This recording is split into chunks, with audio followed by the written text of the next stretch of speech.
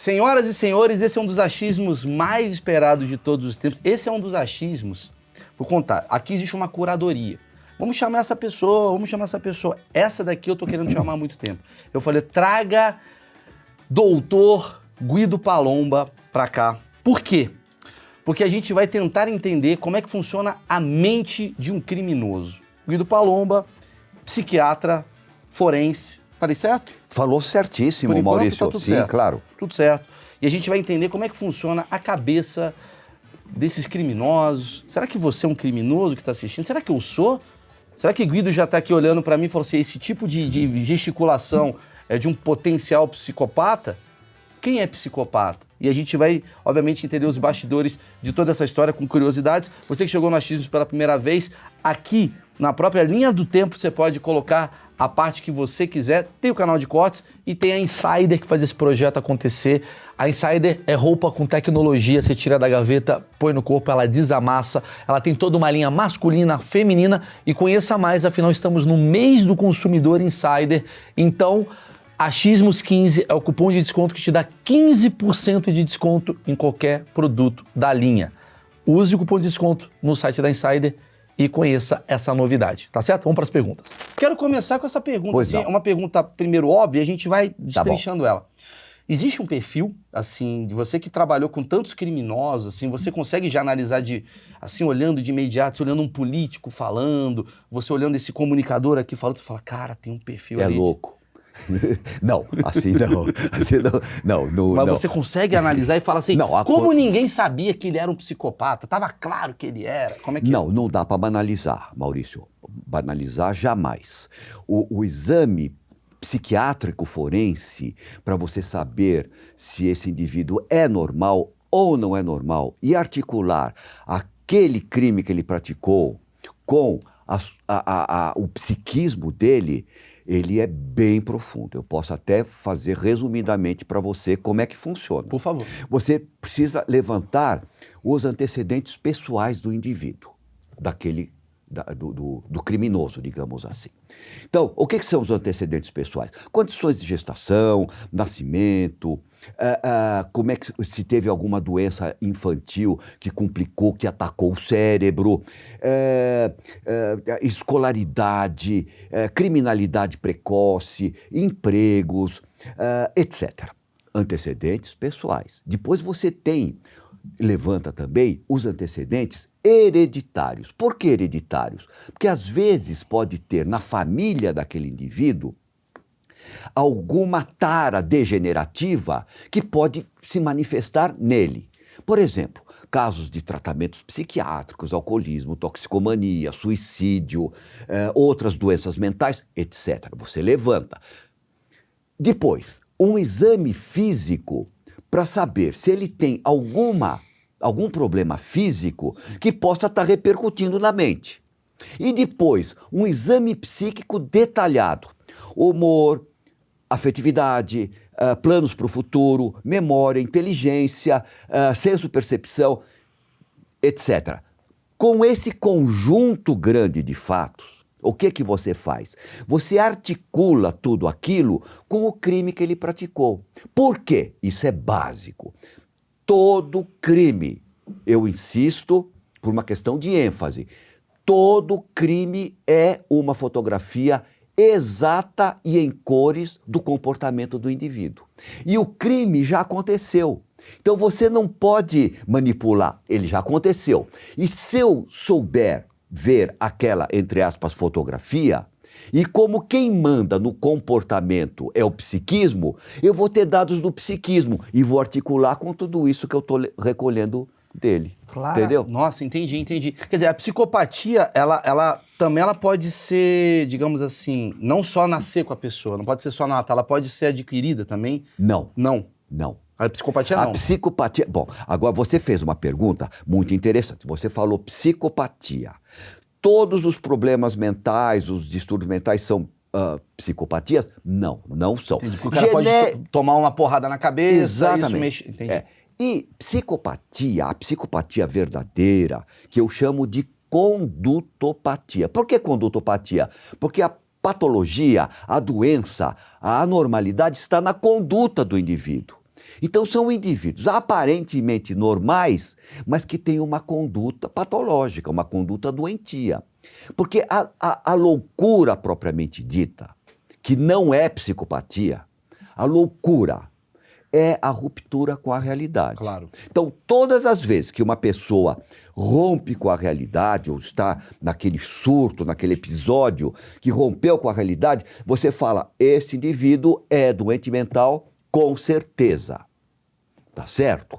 Agora, a psicopatia não é a ruptura com a realidade. Ela é uma coisa nata da pessoa. Nata, se desenvolve e ele vai morrer com aquela... E não necessariamente ele vai ser um assassino. Ele pode... Não necessariamente. Ele pode... Existem quantos psicopatas... Você tem uma noção de quantos psicopatas hoje tem no mundo? Temos muitos psicopatas. Cada 10 pessoas, uma é psicopata. Tem algum dado assim? Não, eu não tenho isso e também não gosto muito dessas estatísticas. Claro. Porque como é que você vai fazer uma pesquisa dessa natureza, que é muito séria, né? E para levantar quantos psicopatas... Não dá para fazer, Maurício. Porque não necessariamente o cara que é psicopata ele é um cara que vai assassinar. Ele pode usar a psicopatia dele para outras coisas, certo? Ou, por exemplo, você tem tipos de psicopatia como aqueles que são chamados abúlicos. Abúlico é aquele que começa a fazer uma coisa e não termina. Então ele nunca termina nada. É o TDAH, é o assassino TDAH. É isso daí. Tem muito aqui. Tem muito aqui. Tem muito. Você falou isso daqui agora, você então preocupou. vou fazer estatística. Então, você acabou de criar estatística. Todo mundo aqui é psicopata. Todo mundo aqui da Guido. produtora é meio assim, Olha, viu? a grande verdade que traços por exemplo, a pessoa ter um pouquinho, entre aspas, de loucura é absolutamente normal. Ah, com certeza. Isso, obrigado. Entendeu? Isso é normal. Então, esse negócio, morreu o cachorro em casa e ficou triste, brigou com a namorada e tá triste, não tem dinheiro no bolso para pagar a conta e ficou triste, vai nessa psiquiatria decadente do século XXI, tá arriscado sair de lá com um diagnóstico de depressivo ou bipolar e tome remédio. Não, isso é um erro brutal, Maurício. Eu acho que a gente deve se dar o direito de ter as nossas neuras, os nossos... Enfim... Vida. Exatamente. As nossas ansiedades, Só as tem nossas felicidade tristezas. que existe tristeza. É claro. A gente tem que... Então, e a gente está ficando apático, né? E a gente tem que não ter... psiquiatrizar a vida. Que tudo eu fiquei triste, então eu preciso de remédio. Que legal ouvir um psiquiatra falando disso. Não, mas isso é básico. Por exemplo, você falou de TDAH, Sim. transtorno do déficit de atenção e hiperatividade, que se dá diagnóstico na criançada, né? Porque ele está nervoso, isso e aquilo. Isso é normal. Sim. A adolescência é um período no qual você passa por determinadas transformações mentais e tem um monte de coisa e é absolutamente normal. Claro. Então, não psiquiatrizar a vida. E isso se deve, você sabe ao quê? Por incrível que pareça, às indústrias farmacêuticas. As indústrias farmacêuticas, elas lacearam o diagnóstico psiquiátrico, ou seja, alargaram o diagnóstico psiquiátrico para tudo caber lá dentro. E quando cabe, você tem um diagnóstico, você pode receitar. Tem um sistema Então é por tudo trás, né? TDAH. E qual que é a doença da moda hoje? O tal do autismo. Se você é introvertido, se você é inibido, se você é acanhado, ou se você gosta de ficar consigo mesmo, você está arriscado a levar um diagnóstico de autista. E tome remédio. Mas qual o objetivo disso? É você viciar uma sociedade? Não, é vender remédio. Vender remédio, mas não tem um problema de vício também? Porque você começa a ser... Claro que você vai viciar, claro que as pessoas vão ficar comprando esse remédio até o fim da vida, mas isso é o que menos importa para quem está vendendo, com todo respeito. Concordo. Eu sou pelas indústrias, sou pelas... etc. Mas que tem isso, tem. E aí eu vou te fazer uma pergunta, aproveitando que você está nesse tema, que eu acho muito interessante. Eu vou te fazer lá na frente esse tema, mas você trouxe para agora. Qual que é a consequência mental de uma sociedade totalmente medicada? É péssimo. O remédio, todo remédio, quando ele é bem indicado, ele é ótimo. Agora, mal indicado, uma aspirina faz mal. Existem as consequências do uso daquela química que é, entre aspas, maldade é um veneno para o corpo. E outra coisa, vamos supor, isso, eu acho que esse ponto é básico, até eu falo isso por um dever da minha consciência de médico. Você está triste, tá certo? Principalmente a juventude. A juventude, os jovens, eles estão tristes, né? E vai tristes porque brigou com a namorada, porque teve Perdeu bullying, perdeu emprego, etc. Ele vai dar um remédio. O que é o remédio? Você não resolveu o problema dele. É uma camisa de força química. É uma mãe que tapa o olho, né? Algumas camisa vezes, de força química. eu tenho essa visão também. Outra coisa, por que aumentou muito o suicídio nos jovens? Vou falar... Onde está a câmera? Pode ser essa? Pode ser essa. O jovem não quer se matar. Agora você pergunta, mas por que aumentou o suicídio? Ele não quer se matar. Você sabe o que ele quer? Ele quer matar aquela situação que ele não consegue lidar com ela. Ele foi excluído de um grupo, ele foi bulinado, ele brigou com a namorada, ele não suporta brigar com a namorada ou ter sido excluído. Ele não tem ferramentas mentais para sair daquilo.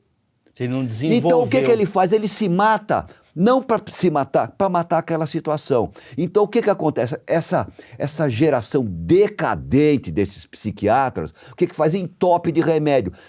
Você resolveu o problema dele? Não. Nada. Você camuflou. Camuflou, camisa de força química.